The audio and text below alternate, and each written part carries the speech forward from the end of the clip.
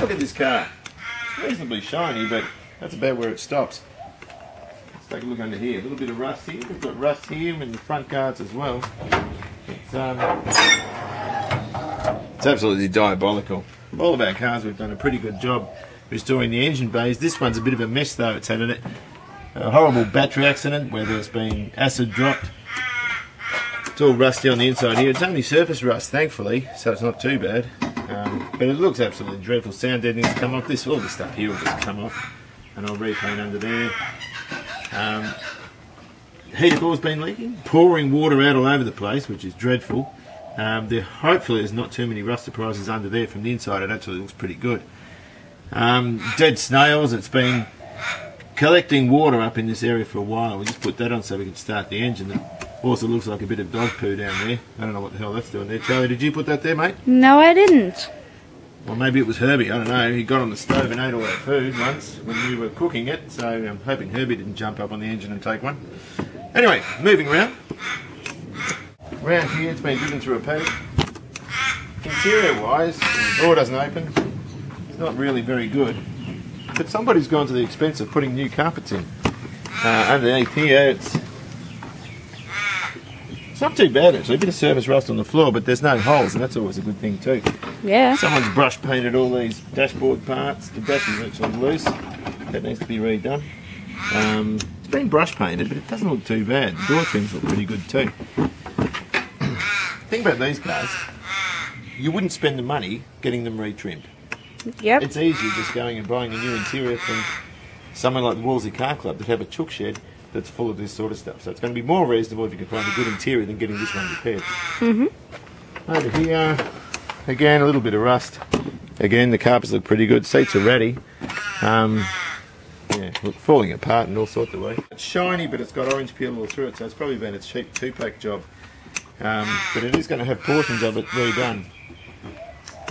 Over here, whoa, can you get through? It's missing the base here, and the quadrant doesn't line up. I don't know what the hell this is. You might as well have a basketball there or something. It's ridiculous. But its quadrant's not working properly. It doesn't show where the gears are meant to be. It's going to be a bit of a pull-apart job this. The engine's going to have to come out, cleaned up, painted, and all the rest of it. It's got some 1980 speakers out the back, and they look pretty daggy. But all in all, it's not too bad. Do you want me to open that for you? Yeah, look at those speakers. I mean, seriously, there'd have to be something wrong with you to put those in a car. Yep. Moving on. Whoa, it sounds nice. Look at that. No spare tyre, nothing much.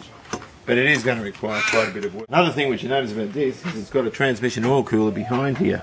Get down there and have a look. You can see it goes this way and the bars, not that close, and the bars go vertically. It looks like a jaffle. I don't know, it looks ridiculous. These are a good idea because they keep your transmission nice and cool, but perhaps painted black so it's a little less obvious is a good idea. Speaking of cheap paint jobs, this is dreadful. Wiring looms painted blue, overspray all over this sort of thing, the washer hoses. That is a bad job. That's not what we want to see. So this all have to come out and get redone accordingly. Some of the work we've done, I'll show you quickly. This Galaxy 500. Galaxy 500, yes. All done to 1960. This is a 66 car, and the engine bay's been done to 65. I like the gold. Every Ford bonnet you lift is all blue. I like the black and gold and the silver and all this sort of stuff. It looks a lot nicer. This is a 65 type model year look, if you like, with the external oil filler. Upgraded, of course, with dual circuit brakes and so forth. Inner guards are painted body colour, which I reckon looks a little bit better. It's all personal opinion. And the firewall kept its original satin black. With these sorts of things, it's always better to paint the parts, then assemble them. Don't paint everything assembled because then bolts are painted, hoses are painted, everything. It looks terrible. So you're better off painting the parts separately and putting new fasteners in, like these. Always looks neater. And you can see on the engine, of course, new stainless steel bolt kits, factory type washer bags. There's a vacuum tank under there for the brakes, don't worry about that. But it all looks neat and tidy. Same with the MG. This engine hasn't been painted, but the engine bay was, sticker kits and all this sort of stuff, a few odds and ends. Running on a similar sort of theme, newly painted engine bay, engine, new fasteners, and you can see earth points and mount fasteners and all this sort of stuff. Always adds to a nicer looking job, and that's what we sort of aim to do.